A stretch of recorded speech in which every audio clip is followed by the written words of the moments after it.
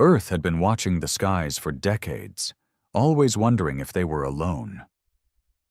When the first signals came from deep space, scientists scrambled to decode them. At first, the messages seemed like distant echoes of a civilization far beyond humanity's reach. But soon, telescopes captured something that changed everything. A fleet of alien ships, massive and sleek, cutting through the void of space. They weren't coming to make friends. They were coming to conquer. Panic swept across the world as governments broadcast emergency warnings. Satellites tracked the fleet's trajectory as it passed Jupiter's orbit, closing in faster than anyone could have predicted. Every nation prepared for war, though most knew their weapons stood no chance against technology advanced enough to cross galaxies. Yet, as the alien fleet approached Mars, something impossible happened. They vanished. The entire armada, thousands of ships strong, disappeared as if swallowed by the void. Earth's defense systems, locked and ready, detected nothing. No wreckage, no fading energy signatures, just silence. Confusion spread through military command centers and scientific communities alike. Some speculated it was a trick. Others believed the aliens had encountered some unknown force near Mars. But no answers came. 2 days later, the first of the survivors arrived. A single alien pod drifted toward Earth's atmosphere, crashing into the Arizona desert. The military sealed off the site within hours, surrounding the strange, metallic craft that seemed half-melted from within. When they pried open its hatch, they found a creature inside, barely alive. The alien was humanoid but grotesquely altered, its skin pale and translucent, veins pulsing with an iridescent blue fluid. Its eyes, once black, had turned milky white, and its breath came in ragged gasps. Scientists rushed to study it, but the creature died within hours, its body collapsing into a puddle of organic sludge that evaporated before tests could be conducted. More pods appeared over the following days, scattered across Earth, from the Siberian tundra to the Sahara's burning sands. Some held aliens still clinging to life, others contained only shriveled remains. None survived longer than a few hours. Each one showed signs of internal decay, as though something had attacked them from within. Governments struggled to keep the truth hidden, but leaked footage of the pods and dying aliens spread across the internet. Speculation exploded. Some believed Earth had secretly developed a weapon capable of wiping out the invaders before they arrived. Others whispered of an ancient force protecting the planet, something humanity could never understand. But those closest to the truth knew it was neither of these things. Dr. Elena Torres, lead astrophysicist at the Global Space Defense Initiative, was among the few who'd studied the alien signals from the beginning. Late one night, she sat alone in her lab, scrolling through data from deep space sensors. Her fingers froze on the keyboard as she spotted an anomaly, a faint pulse of energy emanating from Mars's orbit. It matched no natural phenomenon, and its frequency was unlike any human technology. Heart-pounding, she enhanced the signal, filtering out background noise. Hidden within the pulse was a sequence of sounds, distorted and fragmented, but unmistakably a voice. Using advanced decryption algorithms, she reconstructed fragments of the message. As the garbled words filled her headphones, a chill ran down her spine. "We tried. The humans, not what they seem. Something inside. It spreads. No escape. Mars. A trap. Earth. Doomed." Elena stared at the screen, her mind racing. The aliens hadn't vanished. They'd been attacked, but not by Earth. Something near Mars had destroyed them. And if their message was true, whatever had infected their fleet was heading toward Earth. Before she could alert her superiors, her computer screen flickered and went dark. The lab's overhead lights dimmed. plunging the room into shadows. A faint hum resonated through the air, as if the walls themselves were vibrating. Elena grabbed her phone, but its screen was dead. Panic rising, she rushed to the door, only to find it locked tight, the keypad unresponsive. A metallic creak echoed from the lab's ventilation system. Elena backed away as cold air poured from the vents, carrying a faint chemical scent that burned her nostrils. Her breaths grew shallow, her pulse hammering in her chest. She stumbled toward the emergency exit, but her legs faltered, as though her muscles were turning to lead. Falling to her knees, she clutched at her throat, choking on invisible fumes. As darkness closed in, her last thought was a single, terrifying realization. Earth hadn't been saved from the aliens. It had been exposed to something far worse. Days passed after Elena Torres vanished from the Global Space Defense Initiative, and no one questioned her absence. Official reports claimed she'd resigned due to stress, but those who knew her best found the explanation hollow. Her research files had been sealed, her lab stripped of equipment overnight. It was as if she'd never existed. Yet whispers of her final discovery spread through underground networks. Rumors of a force near Mars that had destroyed the alien fleet and was now approaching Earth. Most dismissed the stories as fear-mongering, but a few believed. Among them was Commander David Cole of Earth's Orbital Defense Command. Cole had seen the alien pods with his own eyes. He'd stood in the quarantine labs as military scientists dissected the creatures, witnessing the strange decay that consumed them from within. And he'd heard the garbled transmission Elena had decoded before her disappearance. Unlike the others, he couldn't forget the final words. Earth, doomed. Now, standing before the reinforced windows of Earth's primary orbital station, Cole gazed at the blue planet below. The station orbited high above the atmosphere, a technological marvel designed to intercept threats from space.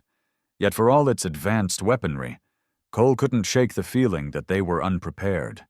A soft chime broke the silence, and Cole turned to see Lieutenant Sarah Vance entering the control room. Her face was pale, eyes wide with unspoken fear. "Sir, we've detected something," she said, her voice tight. "A cluster of unidentified objects moving past the asteroid belt.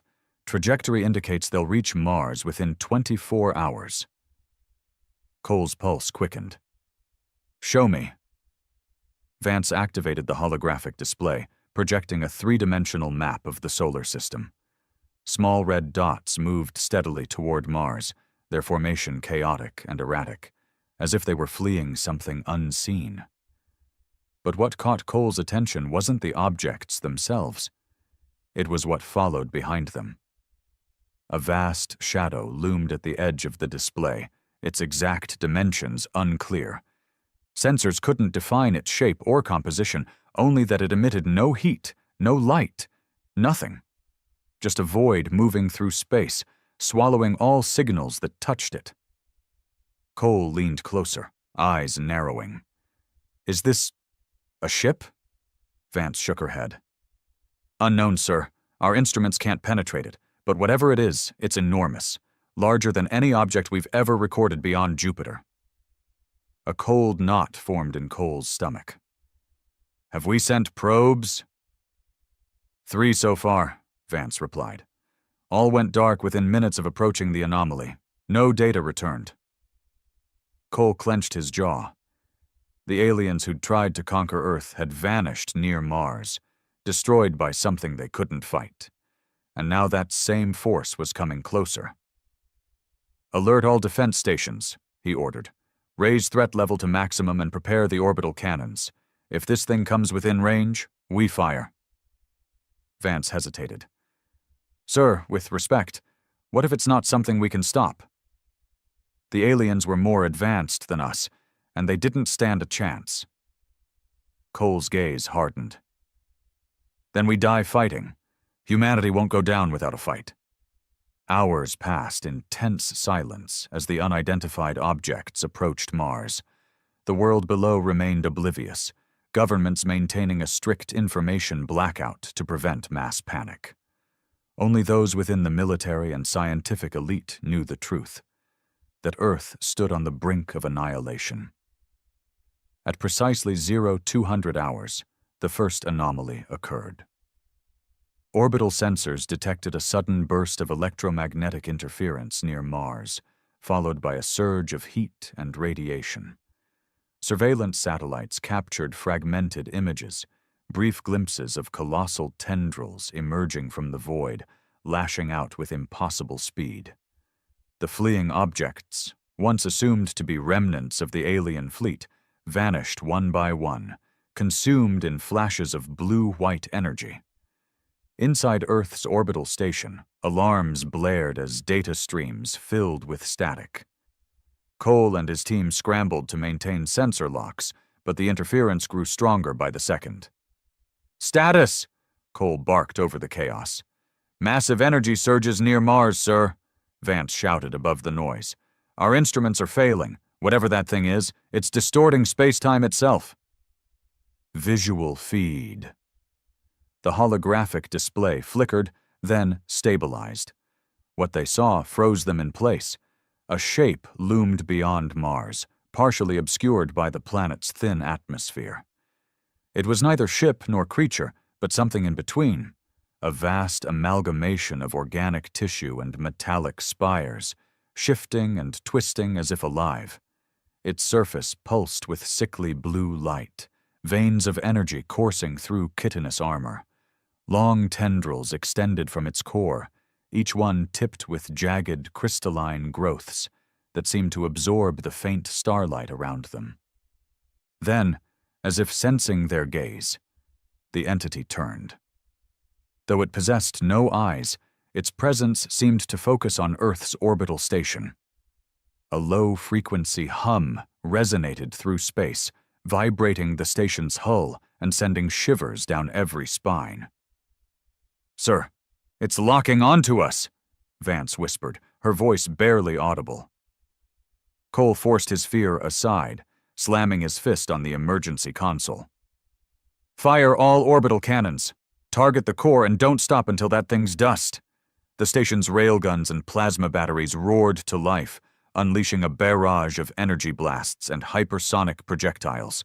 Bolts of plasma seared through space, leaving trails of ionized gas in their wake.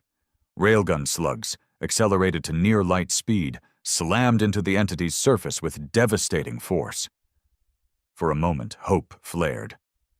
Sections of the creature's outer shell shattered under the assault, releasing bursts of iridescent fluid that crystallized upon contact with vacuum. But the damage was superficial. The entity shifted, its wounds sealing almost instantly as tendrils extended toward the station, moving faster than any human weapon could track. Cole braced himself as the tendrils closed in. And then, without warning, the creature stopped, its entire form convulsed, as if struck by an invisible force. The blue light within its core flickered, growing erratic and unstable. Energy pulses rippled across its surface, each one stronger than the last. The entity twisted and writhed, its tendrils retracting as though in agony. "What's happening?" Cole demanded, gripping the console. Vance's eyes darted across the chaotic data streams. "I don't know, it's reacting to something. There's a secondary energy source near Mars. It's inside the planet." Cole's heart pounded. Inside Mars? Before he could process the implications, the creature's core exploded in a burst of blinding blue light, sending shockwaves rippling through space. The station's shields flared as debris scattered in all directions. But the worst had passed. The void that had consumed the alien fleet was gone. As silence returned, Cole exhaled slowly, shoulders sagging with exhaustion. Yet a single question lingered in his mind. If something inside Mars destroyed that creature, what will it do when it turns its gaze toward Earth? News of the anomaly's destruction never reached the public. Governments scrambled to suppress any leaked footage, erasing evidence from satellites and silencing those who asked too many questions. Yet within the highest ranks of Earth's military and scientific communities, a new fear took root. The entity had been powerful beyond comprehension, but something inside Mars had obliterated it within seconds. Commander Cole sat in the dimly lit war room of Earth's Orbital Defense Command, staring at holographic schematics projected above the steel table. Images of Mars rotated slowly, marked with red zones where sensors had detected strange energy signatures. Since the entity's destruction, those signals had grown stronger, as if something beneath the planet's surface had awakened. Across the table, General Catherine Briggs, head of Earth's Strategic Space Command, studied Cole with a hard gaze. Decades of military service had carved lines into her face, but tonight her eyes held something colder than fear: calculation. "You're certain the entity was destroyed by something inside Mars?" she asked, her voice low and deliberate. "Yes, ma'am," Cole replied. "Our sensors detected a secondary energy pulse originating beneath the planet's surface. The creature's core destabilized immediately after that pulse." Briggs tapped her fingers against the steel table, each movement precise. "And what's the current status of the energy source?" "It's still active," Cole said, "but its output is increasing. Whatever's down there, it's getting stronger." Briggs leaned back, expression unreadable. "We can't afford to wait. Launch a recon team, deep surface insertion. I want eyes on the source." Cole hesitated. "With respect, General, that's a risk we can't predict. If it destroyed something as powerful as that entity, our people won't stand a chance if—" "Commander," Briggs interrupted, her tone sharp. "Our mission is to ensure Earth's survival. We need to know what we're dealing with. Launch the mission, that's an order." Cole clenched his jaw but nodded. "Yes, ma'am." 3 days later, the recon team departed from Earth's orbital station aboard the Archangel, a state-of-the-art stealth cruiser designed for deep space infiltration. Its hull gleamed obsidian black against the void, equipped with the latest cloaking technology to evade detection. Leading the mission was Captain Naomi Hayes, a seasoned operative whose reputation for surviving impossible odds had earned her both respect and fear. Beside her stood Lieutenant Ethan Park, a cybernetics specialist whose neural implants enhanced his reflexes and cognitive speed.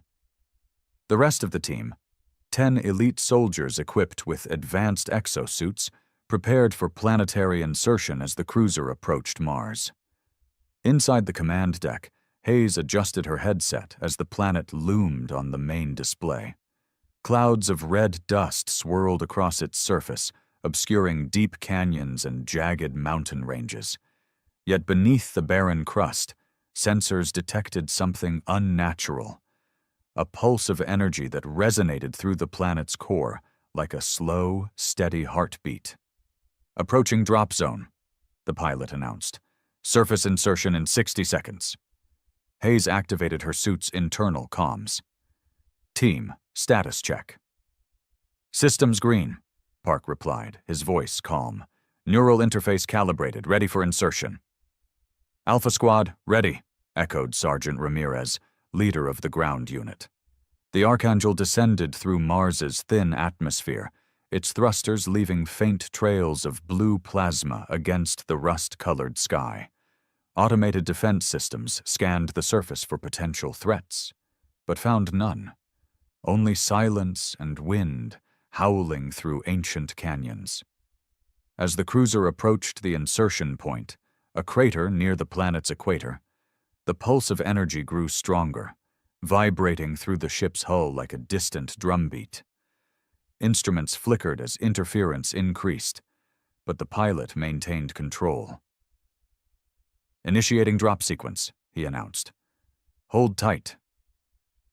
The ship's belly opened, releasing the drop pods, sleek capsules reinforced with adaptive armor designed to withstand high-speed impact.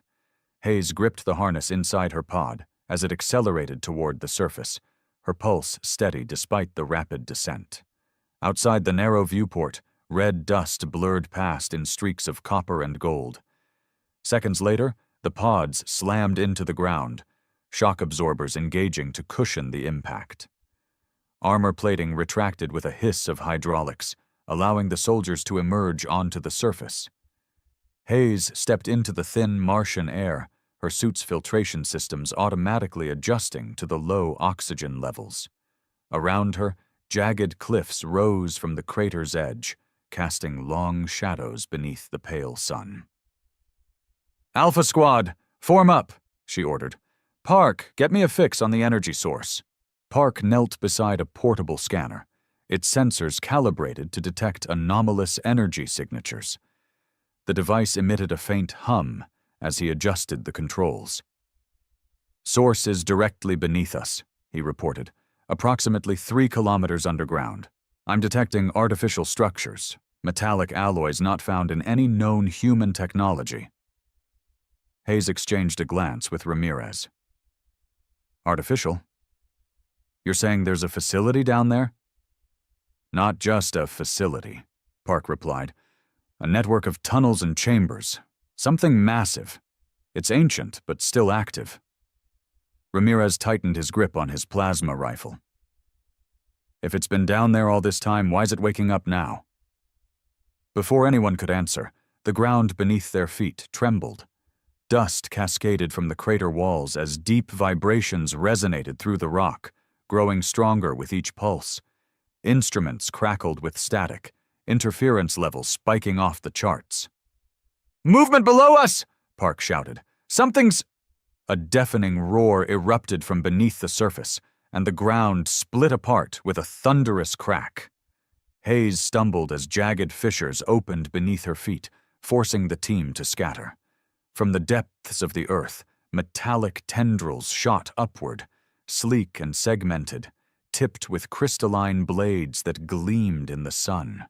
They moved with unnatural speed, slashing through the air as if searching for prey. "Open fire!" Hayes barked, raising her plasma rifle. Bolts of energy lanced through the air, striking the tendrils with bursts of molten metal and shattered crystal. Yet the tendrils continued to rise, dozens of them weaving through the air like serpents. One lashed toward Park, but he dove aside, rolling across the rocky ground as its blade slashed through the air where he'd stood moments before. "Fall back to the ridge," Hayes ordered. "We need cover." The team retreated toward the crater's edge, firing as they moved. Ramirez's squad unleashed a barrage of explosives, shattering several tendrils into molten fragments. Yet more continued to emerge, their movements synchronized as if guided by a single intelligence. As they reached the ridge, Hayes activated her comms. "Archangel, this is Ground Team 1. We're under attack. Request immediate extraction." Static answered her call. The interference had severed their communications. Gritting her teeth, Hayes turned to Park. "We need a way to disable whatever's controlling these things. Can you pinpoint the main power source?" Park ducked behind a rock, adjusting his scanner as tendrils lashed overhead. "Working on it. Hold them off a little longer." The ground beneath them trembled again, and a low, resonant hum echoed through the air. Deep and ancient, like the voice of something that had slept for millennia and was now awakening with purpose. Beneath the planet's surface, unseen and unstoppable, something stirred, and Earth's first encounter with its true power was only beginning. Beneath the cracked Martian surface, the hum deepened, resonating through the air with a force that vibrated through bone and steel alike. Hayes gritted her teeth against the pressure, plasma rifle clutched tight as she fired at the relentless tendrils closing in. Ramirez's squad held the line, exosuits hissing as they absorbed impacts and amplified the soldiers' strength. But for every tendril they shattered, more rose from the fissures, faster, stronger, adapting to their attacks. "Park!" Hayes shouted over the chaos. "We're getting torn apart out here!" I've almost got it. Park knelt behind a slab of shattered rock, his scanner flickering from interference. Sweat beaded on his brow as his neural implants struggled to filter the overwhelming energy signatures beneath them. There's a central core, 500 meters below. If we can disable it, we might shut this whole system down. 500 meters! Ramirez fired a burst of plasma that severed a tendril mid-strike. Unless you've got a drill in that scanner, we're not getting down there. Another tremor rocked the ground, sending soldiers sprawling as fissures widened. Hayes staggered but kept her footing, eyes locked on the largest crack ahead. The hum rose to a deafening pitch. Then, with a sound like thunder tearing the world apart, the earth collapsed inward. Dust and rock cascaded into the abyss as the team scrambled back from the widening chasm. From the depths emerged a shape that dwarfed the tendrils. It rose slowly, segmented armor gleaming with blue bioluminescence beneath plates of blackened metal. The creature's form was vaguely humanoid, tall and skeletal, with elongated limbs that ended in razor-sharp claws. Its head lacked eyes, yet Hayes felt its attention settle on them with suffocating intensity. "What the hell is that?" Ramirez whispered, voice shaking. "I don't know," Hayes replied, "but it's not letting us leave alive." The creature moved with terrifying speed, claws slicing through rock as it charged forward. Plasma fire scorched its armor, but the impacts barely slowed its advance. Soldiers fell back, weaving between jagged stones as they fired in desperation. Hayes dodged a swipe that sliced through the air with a sound like tearing steel, rolling aside as shards of rock exploded around her. "Fall back," she shouted. "Regroup near the drop pods. We need—" Before she could finish, the creature lunged. Hayes barely had time to raise her rifle before a claw slammed into her side, throwing her through the air. She hit the ground hard, armor scraping against stone as she tumbled across the crater floor. Pain flared through her ribs, but she forced herself upright, vision blurred with dust and blood.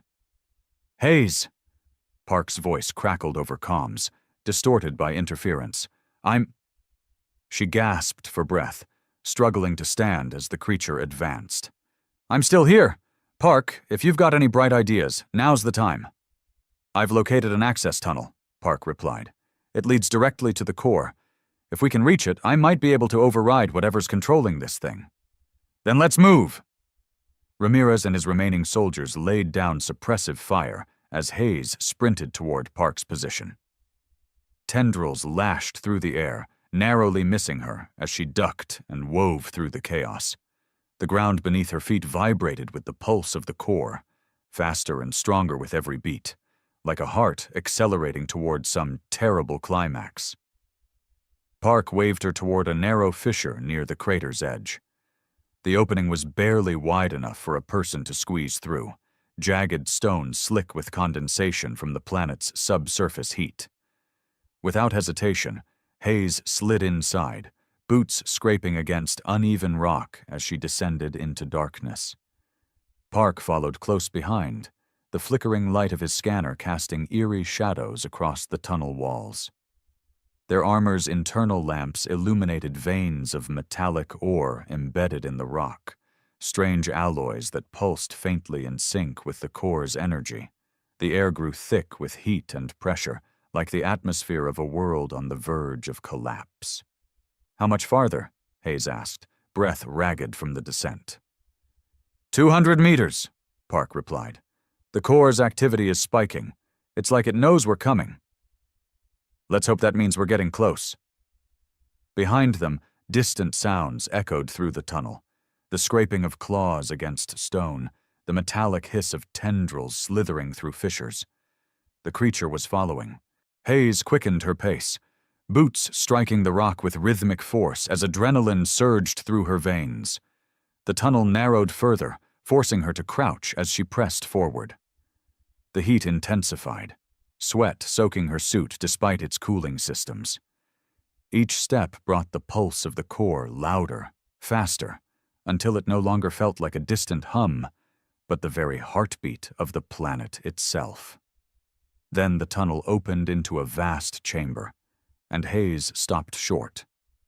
The space stretched beyond the range of their suit lamps, walls vanishing into darkness overhead. At the center stood the core, a massive sphere of translucent crystal suspended above a network of metallic conduits that pulsed with blue light. Veins of liquid energy coursed through the floor and walls, connecting the core to the planet's surface, like arteries feeding a living organism. Park's scanner buzzed with overload warnings as he approached the control interface, an array of alien consoles arranged around the core's base. Symbols glowed faintly across the panels, their meaning incomprehensible, yet strangely familiar, as if designed to be understood through instinct rather than logic. "This technology, it's not alien," Park muttered, eyes wide with shock. "It's something else, older than anything we've ever seen." "Can you shut it down?" Hayes demanded, scanning the shadows for signs of pursuit. I think so, but the systems are adapting to my intrusion. I need more time." "We don't have time." Hayes spun as the tunnel behind them echoed with a distant roar. Claws scraped against stone, growing louder as the creature closed in. "Hurry, Park!" Fingers flying across the console, Park overrode security protocols one by one, each success met with resistance as the core's energy surged in defiance. Sparks arced from the conduits, illuminating the chamber with flashes of electric blue. "Almost there. Just a few more seconds." The creature lunged from the tunnel with a snarl of grinding metal, eyes blazing with blue fire. Hayes fired her plasma rifle point blank, molten bolts searing through its armor and staggering it back. But not for long. It recovered instantly, claws slashing toward her with lethal speed. Hayes dodged, rolling beneath the swipe and retaliating with a burst of plasma that shattered part of its shoulder. "Park!" she shouted as the creature advanced again. "Now!" Park's hands flew across the controls. Then he slammed his palm against the final panel. The chamber trembled as the core's pulse faltered. Blue light flickered and dimmed, conduits shuddering as energy drained from their veins. The creature staggered mid-stride, its movements jerking as if strings had been severed. With a final pulse of dying light, the core fell silent. The creature's eyes flickered, then extinguished.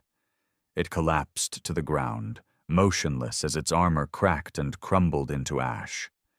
Tendrils across the planet's surface withered, retracting into the earth as the network that controlled them dissolved. For a moment there was only silence. Hayes lowered her rifle, chest heaving as adrenaline ebbed. "Park, you did it." Park slumped against the console, exhaustion etched into his face. "Yeah, but I don't think this place is done with us yet." As if in answer, a low tremor rumbled through the chamber, deep and distant, like the first stirrings of something far larger awakening beneath the surface. And this time, Hayes wasn't sure they'd survive what came next. The tremors grew stronger, shaking the chamber as cracks spiderwebbed across the walls. Dust and shards of crystal rained from the ceiling, illuminated by the flickering remnants of blue light within the core. Hayes gripped the nearest console to steady herself, heart hammering as the ground beneath her feet seemed to shift like a living thing. "Park, we need to move, now!"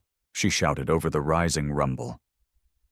Park staggered to his feet, still dazed from the energy backlash that had surged through the alien systems. His neural implants flickered, struggling to recalibrate in the electromagnetic chaos. "The whole structure's destabilizing. I must have triggered a failsafe when I shut down the core." "Well, you did a hell of a job," Hayes snapped, already scanning the chamber for an exit. The tunnel they'd come through was collapsing, stone and debris crashing down to seal their path.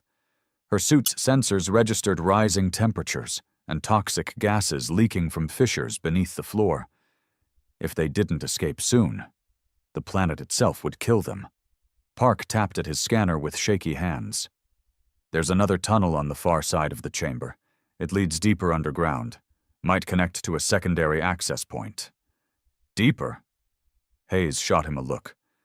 That's the opposite of getting out of here. I know, Park barked, but it's the only way forward. The surface route's gone. Another quake rocked the chamber, tilting the floor beneath their feet. Hayes bit back a curse, forcing herself to focus. Every instinct screamed to get out, but standing here debating would only get them killed. Fine, move, she ordered, grabbing Park's arm and half-dragging him toward the far wall. They sprinted across the collapsing floor, dodging chunks of debris as conduits burst with arcs of blue-white energy. Molten fluid leaked from fractured veins, scorching the rock with acrid steam. The air grew thick with heat, each breath burning Hayes' lungs despite her suit's filtration systems. Ahead, the tunnel yawned open, narrow, jagged, and barely stable. Hayes shoved Park inside first, then dove after him as the floor behind them split apart with a deafening roar. The entrance collapsed the moment she cleared it, sealing them inside the narrow passageway. For a moment, there was only darkness. Hayes could hear Park's ragged breathing beside her, echoing off the stone walls. Dust clung to the air, gritty against her tongue as she forced herself to inhale slowly. "Status?" she rasped. "Alive," Park replied between gasps. "Barely. Keep moving. No time to rest." Hayes activated her suit's built-in lamps, casting beams of white light down the tunnel's jagged walls. The stone glistened with faint traces of metallic ore, the same strange alloy they'd seen near the core. Alien, ancient, and still faintly pulsing with residual energy. They advanced slowly, crouching to squeeze through narrow gaps as the tunnel twisted downward into the earth. The air grew hotter, laced with the faint scent of sulfur and something else. Something metallic and faintly sweet, like blood on a cold blade. The hum that had resonated through the core was gone, but Hayes could still feel a faint vibration beneath her boots, like the distant heartbeat of something slumbering far below. Park scanned the walls as they moved, his neural implants flickering with faint blue light as he tried to interface with the residual energy around them. "These structures, they're not just tunnels," he murmured. "They're part of a larger system. The core we shut down was just one node in a planetary network." Hayes shot him a wary glance. "Meaning?" "Meaning, there might be more of those creatures," Park said grimly. "And if they all wake up—" "They won't," Hayes cut him off, her voice hard. "We shut down the core. Whatever controlled them is dead." Park didn't answer. His silence lingered as they pressed deeper into the earth. Minutes stretched into what felt like hours. The tunnel narrowed and widened without pattern, winding through layers of rock that grew hotter and denser with every step. Hayes could feel sweat soaking her undersuit despite its cooling systems. Her pulse pounded in her ears, but she forced herself to keep moving, eyes fixed ahead as if sheer willpower could carve a path to the surface. Then, without warning, the tunnel opened into another chamber, and Hayes stopped short, pulse hammering as adrenaline surged anew. This space was smaller than the core's chamber, but no less alien. Walls of smooth, black metal curved inward, forming a dome laced with veins of bioluminescent crystal. Strange machines clustered along the perimeter, tall spires of glass and steel connected by cables that pulsed faintly with residual power. Unlike the previous chamber, this one still buzzed with faint life, machines clicking softly as dormant systems cycled in slow, rhythmic pulses. At the chamber's center stood a pedestal of black stone, carved with symbols that seemed to shimmer faintly beneath the light of their suits. Suspended above it hovered a sphere of liquid metal, perfectly smooth, rippling faintly as if reacting to their presence. The air around it crackled with faint static, like the distant hum of a live wire. "What is this place?" Hayes whispered, stepping cautiously towards the pedestal. Park's eyes glinted with reflected light as he scanned the sphere, his implants flickering faster as he approached. It's a control node, but more advanced than the core above. This might be the central hub, the system that governs the entire planetary network. Hayes' pulse quickened. Can you shut it down? I don't know, Park admitted, brow furrowed as he adjusted his scanner.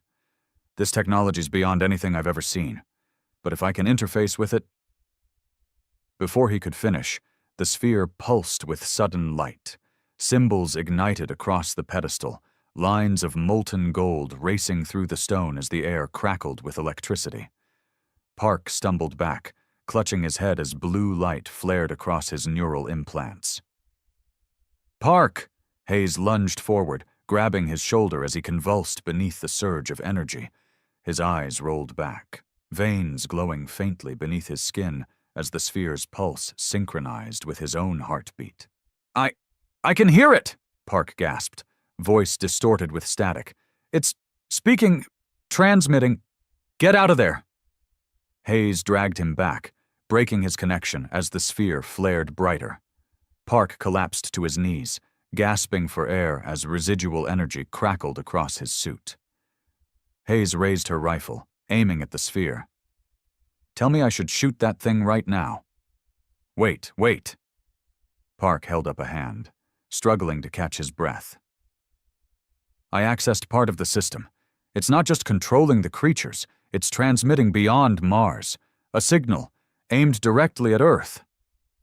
Hayes' blood turned cold. What kind of signal? I don't know, Park whispered. But it's waking something up, on Earth. Before Hayes could respond, the sphere pulsed again, and this time a sound echoed through the chamber. Deep and resonant, like a voice speaking in a language no human could understand. Yet somehow, Hayes could feel its meaning reverberating in her mind. The first trial has ended. The awakening begins. Hayes clenched her rifle tighter, pulse hammering in her ears as dread coiled deep in her gut. Whatever they'd found beneath Mars, it wasn't over.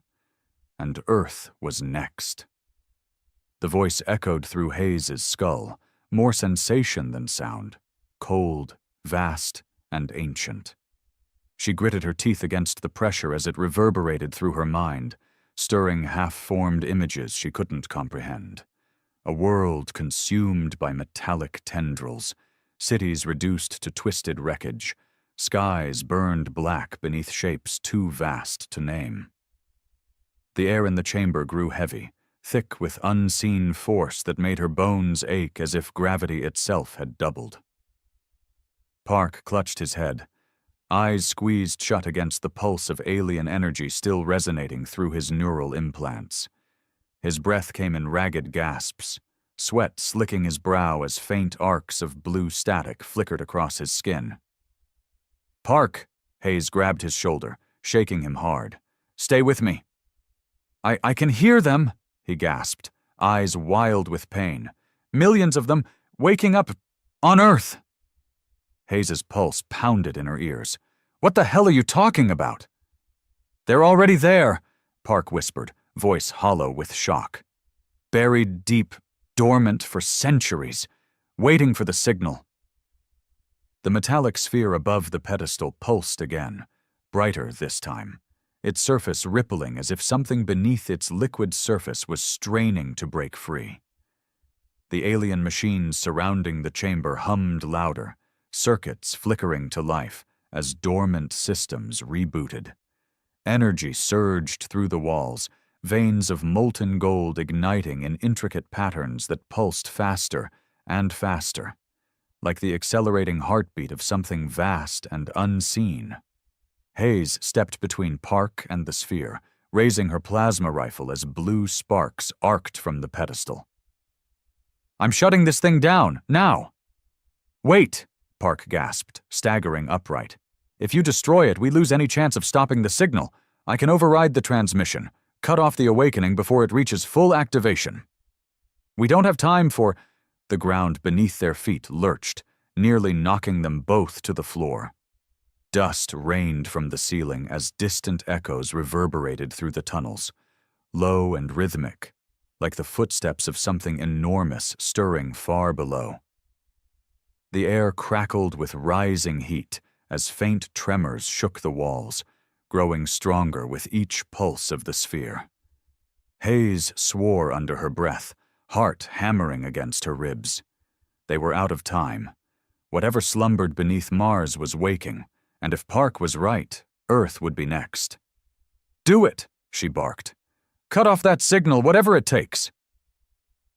Park stumbled back to the pedestal, fingers flying across its alien interface as holographic symbols flared to life above the console. His neural implants flickered brighter as he synced directly with the system, eyes darting beneath closed lids as streams of alien code flooded his mind. "The transmission's already halfway to Earth," he shouted over the rising hum of machinery. "If it completes, every dormant node on the planet will activate."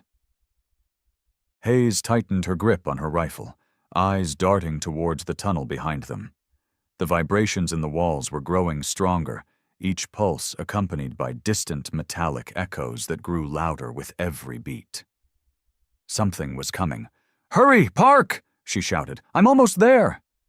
The sphere pulsed faster, its liquid surface rippling with molten blue light as tendrils of energy arced toward Park's outstretched hands. His implants sparked with feedback, but he held his ground, forcing his mind deeper into the alien network. The air grew thick with electromagnetic static, making Hayes's skin prickle beneath her armor as the chamber trembled around them.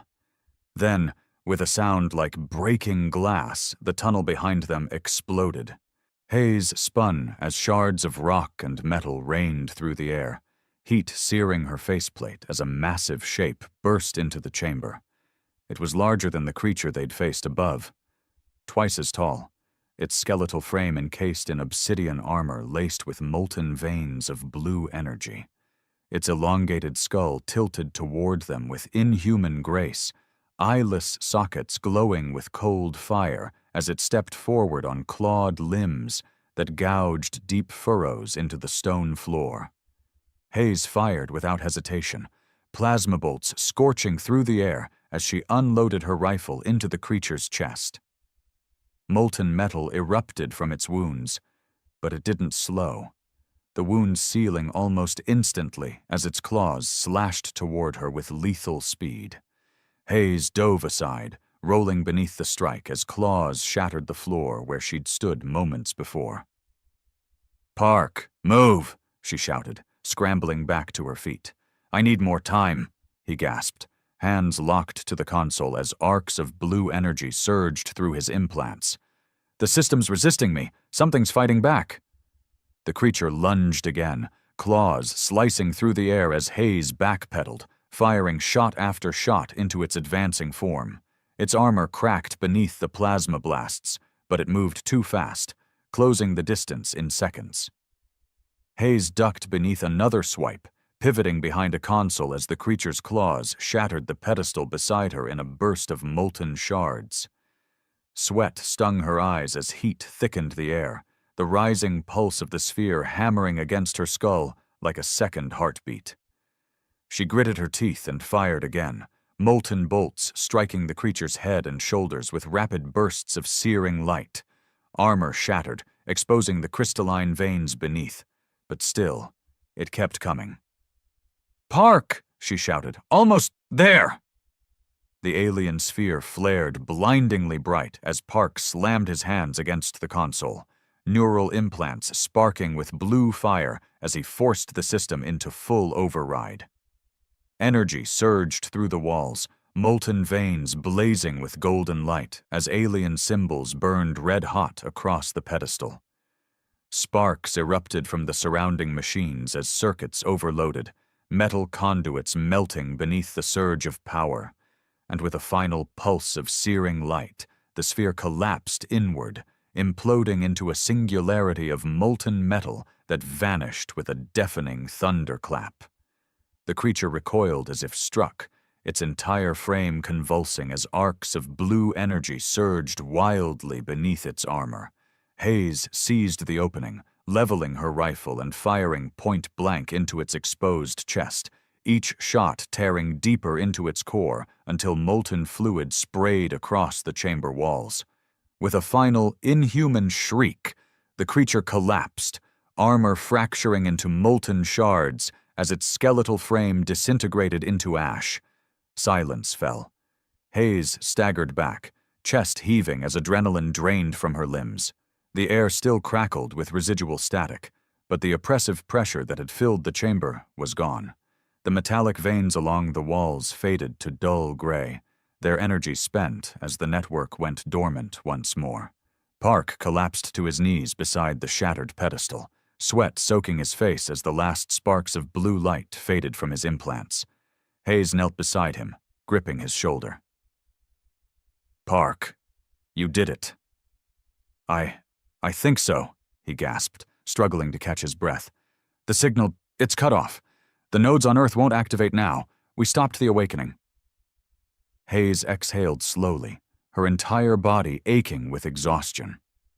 For the first time in what felt like hours, she allowed herself to believe they might survive this. "Let's get the hell out of here," she said, pulling Park to his feet. They turned toward the far side of the chamber, where another tunnel stretched upward into darkness, their only path to the surface. But as they approached the exit, a faint vibration stirred beneath their boots, deep and distant, like the echo of something far below that had yet to fully awaken. Park paused, eyes wide with sudden realization. "Wait, this network wasn't just transmitting to Earth." Hayes froze. "What do you mean?" Park's voice was hollow with dread. "The signal. It wasn't just calling the nodes on Earth. It was broadcasting beyond the solar system." Hayes's breath caught in her throat. "Beyond—" Before she could finish, a deep, resonant hum vibrated through the chamber, low and vast, like the breath of something awakening across the void. Far above, beyond the thin skies of Mars, distant stars began to flicker with faint blue light. The hum vibrated through the stone walls, low and distant, like the breath of something unimaginably vast stirring from ancient slumber. Hayes felt it in her bones, resonating beneath her armor as faint tremors shuddered through the ground. The air seemed to thicken again, heavy with the scent of molten metal and something older, like the cold breath of space itself.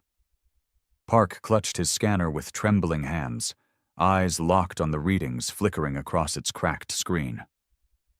"It's not stopping." The transmission cut off locally, but something out there heard it. Hayes stepped closer, heart hammering against her ribs. "Who? Another fleet like the one we destroyed?" Park shook his head, eyes wide with dread. "No, this is bigger. I'm detecting gravitational anomalies beyond the outer planets. Distortions in space-time like something moving toward the solar system. Fast." "Define fast," Hayes demanded. "Relativistic speed, close to light speed." Park swallowed hard. "They're still months away, maybe longer depending on their approach vector, but they're coming." Hayes' blood ran cold. The first alien fleet had been terrifying enough, armed with technology centuries beyond humanity's grasp. But whatever was coming now, it had answered a signal sent by something older than Earth itself. "We have to warn Earth," she said. "If we can get a signal through the interference—" Another tremor cut her off, shaking the ground hard enough to knock her off balance. Stone cracked overhead as molten veins within the walls flared faintly, like a heartbeat struggling to restart. Hayes cursed under her breath, hauling Park upright. "No more delays. Move!" They sprinted toward the tunnel, boots pounding against stone as echoes chased them through the narrowing passageway. The air grew hotter the deeper they went, thick with the scent of scorched rock and ozone. Park stumbled, exhaustion dragging at his steps, but Hayes gripped his arm, dragging him onward. Minutes stretched into an eternity as they climbed through twisting tunnels, lungs burning with each breath of thin, heated air. Stone scraped against armor as the walls narrowed, forcing them to crawl through sections where rockfalls had partially sealed the path. Every breath came ragged and shallow, but Hayes forced herself to keep moving. Faster, harder, upward. The faint tremors that had chased them since the core's shutdown began to fade.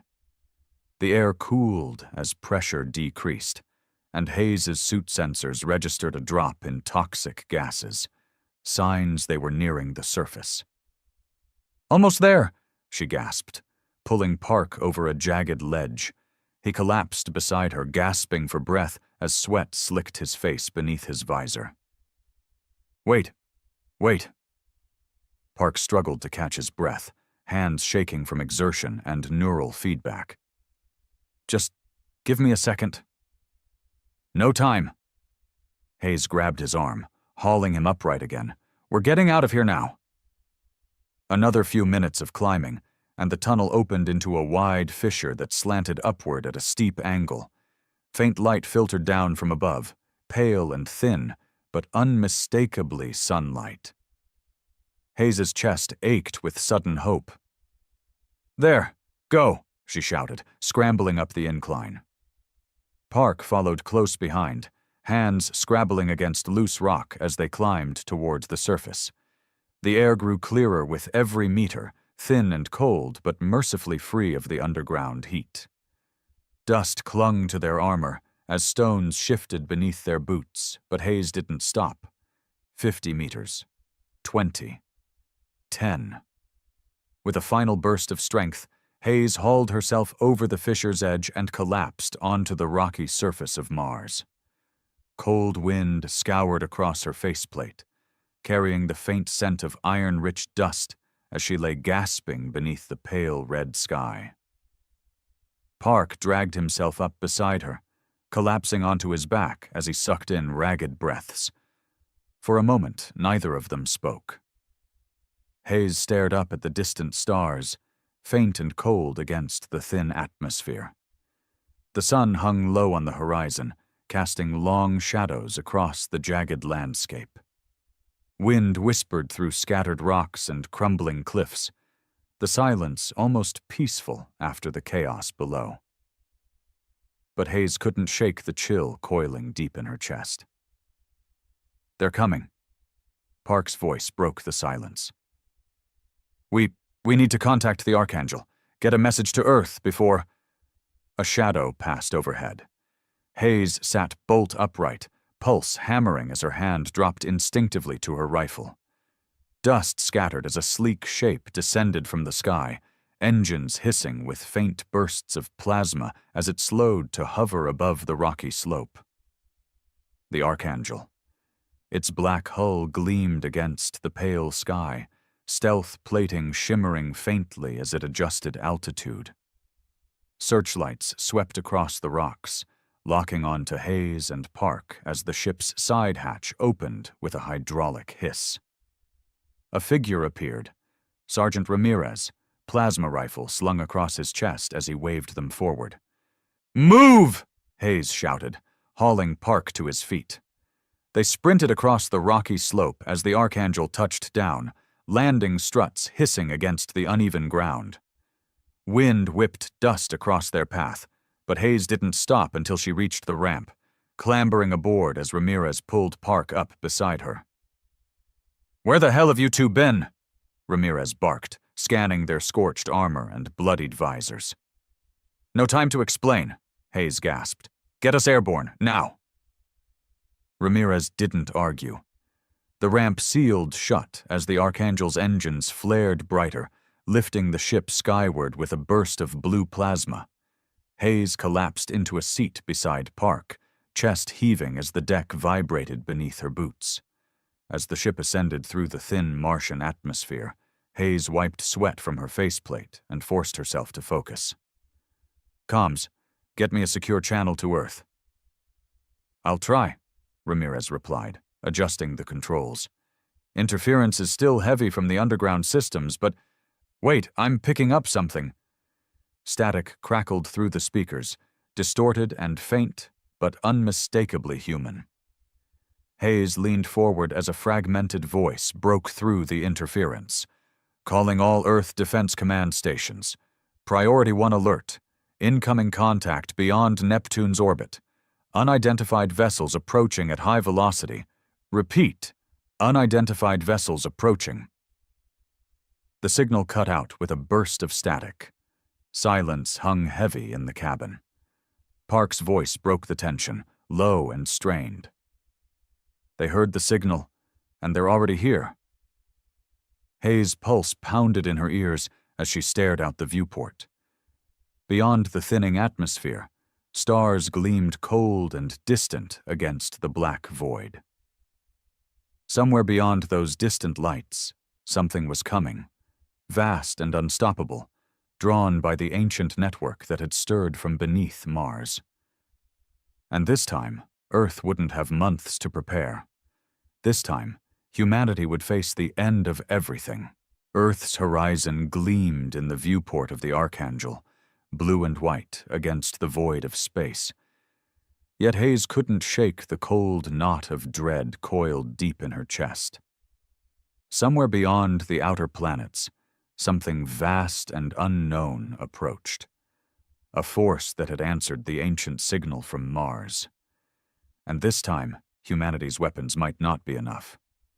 Park sat beside her, silent and pale, his neural implants flickering faintly with residual feedback from the alien network.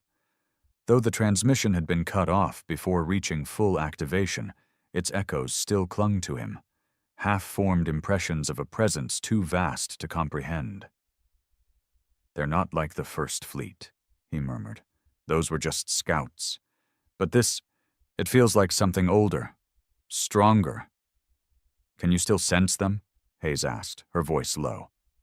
Park hesitated, gaze distant. "Not clearly, just fragments. But they're coming fast. Days, maybe less, depending on their acceleration." Hayes exhaled slowly, forcing herself to focus. Fear wouldn't help them now. "We'll warn Earth. Let Command know what's coming and—" "Commander!"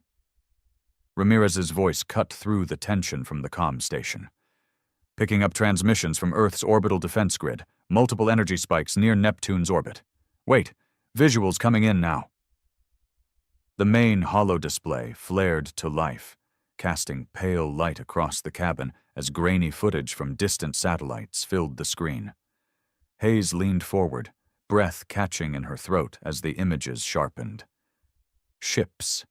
Hundreds of them gliding through the void with impossible grace. Their hulls gleamed black against the starlight, sleek, predatory shapes bristling with alien weaponry.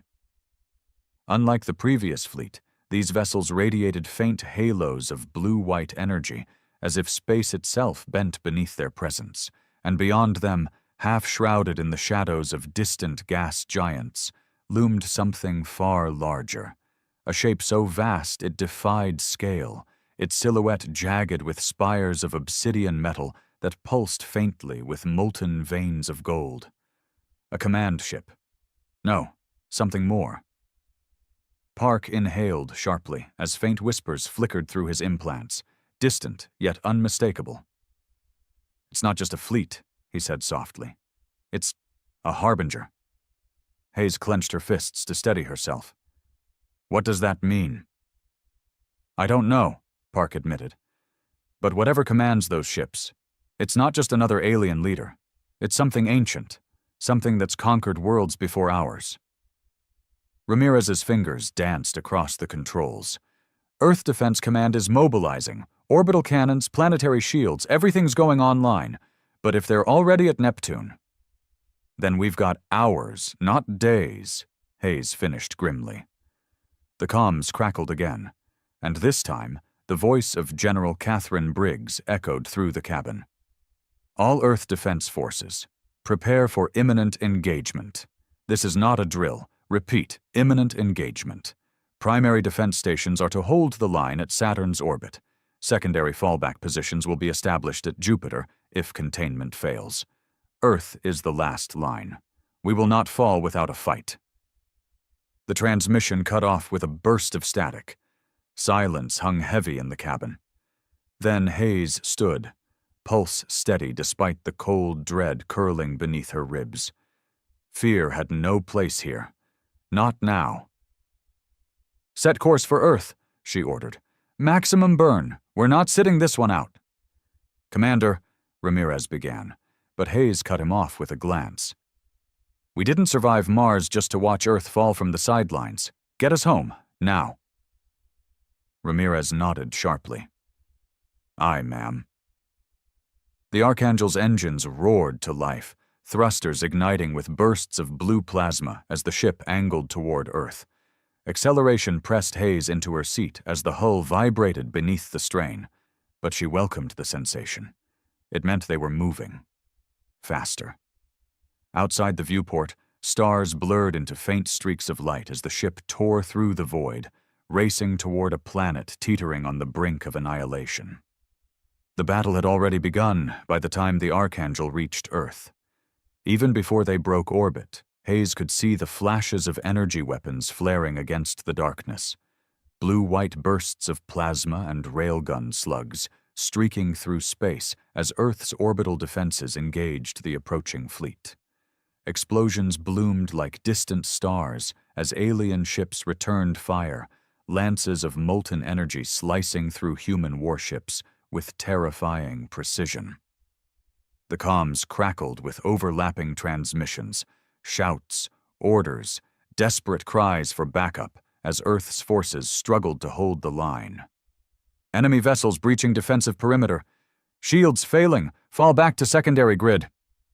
"We need reinforcements now!" Hayes clenched her fists, pulse hammering as Ramirez guided the Archangel into formation with Earth's remaining defense fleet. Dozens of warships surrounded them, their hulls gleaming silver and gunmetal beneath the faint glow of planetary shields that flickered against incoming fire.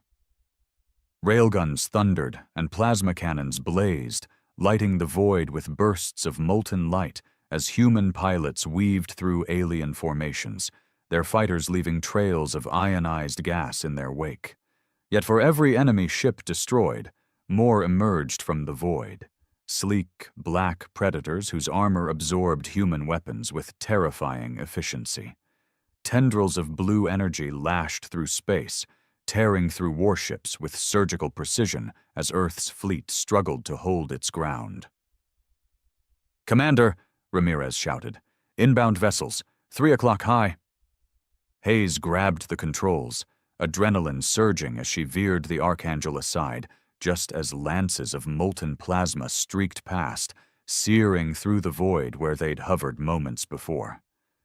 The hull vibrated as shockwaves battered the ship, alarms blaring as shields flared against the heat. "Returning fire!" Ramirez barked, unleashing a barrage of railgun slugs that hammered into the nearest alien vessel. The ship's armor cracked beneath the assault, molten shards scattering into space before the warship crumpled in a burst of blue-white fire. Another alien ship lunged from the void, tendrils of energy slashing towards the Archangel, but Hayes rolled hard to starboard, plasma bolts searing through its exposed flank as she tore past the wreckage. More enemy ships closed in, their weapons illuminating the void with bursts of molten light.